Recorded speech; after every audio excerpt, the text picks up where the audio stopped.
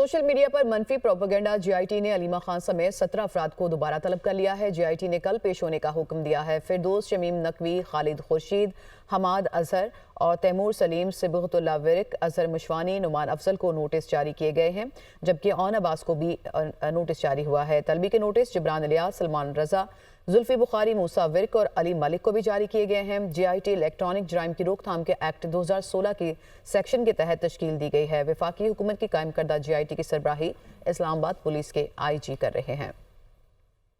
Social media पर मनफी propaganda GIT ने अलीमा खान समेत 17 अफराद को दोबारा तलब कर लिया है। जीआईटी ने कल पेश होने का हुक्म दिया है। फिरदौस शमीम नकवी, खालिद खुर्शीद, हमाद अजहर और तैमूर सलीम, सिबगतुल्लाह विरक, अजहर मुशवानी, नुमान अफजल को नोटिस जारी किए गए हैं, जबकि ओन अब्बास को भी नोटिस जारी हुआ है। तलबी के नोटिस जिब्रान इलियास, सलमान रजा, जुल्फी बुखारी, मूसा विरक और अली मलिक को भी जारी किए गए हैं। जीआईटी इलेक्ट्रॉनिक जराइम की रोकथाम के एक्ट 2016 की सेक्शन के तहत तश्कील दी गई है। वफाकी हुकूमत की कायम करदा जीआईटी की सरबराही इस्लामाबाद पुलिस के आईजी कर रहे हैं।